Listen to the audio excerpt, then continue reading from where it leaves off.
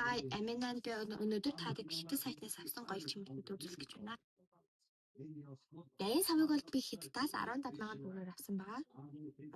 За. Одоо энд бол ингээд ийм зүйлт байгаа. Энийг би хятадаас 14,500-аар авсан байгаа. За. Одоо энд ийм судтай ийм зүйлт байна.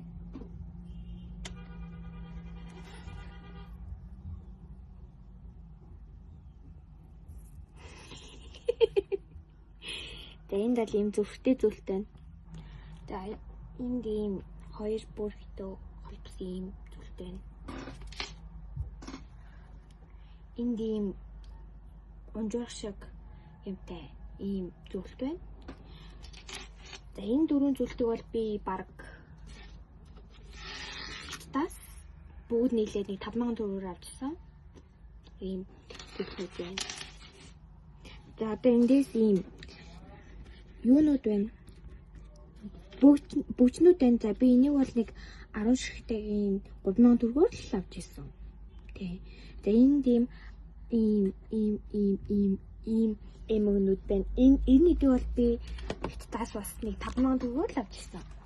Эндээс харин ийм цагаануудын бүгд энэ цагаануудыг би бол бас хятадаас нэг 5,000 төгрөгөөр л авчихсан.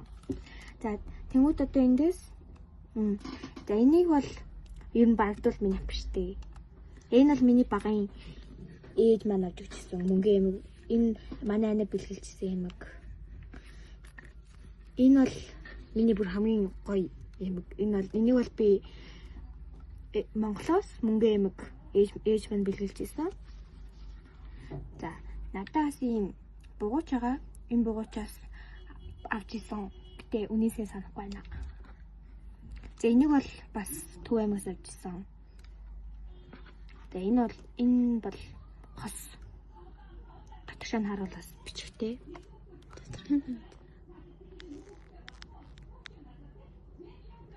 Харахгүй байна.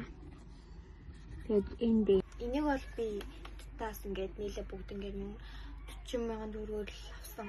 Тэгээд Монголоос авч ирсэн 80,000 төгрөг гаруй болгочихсон.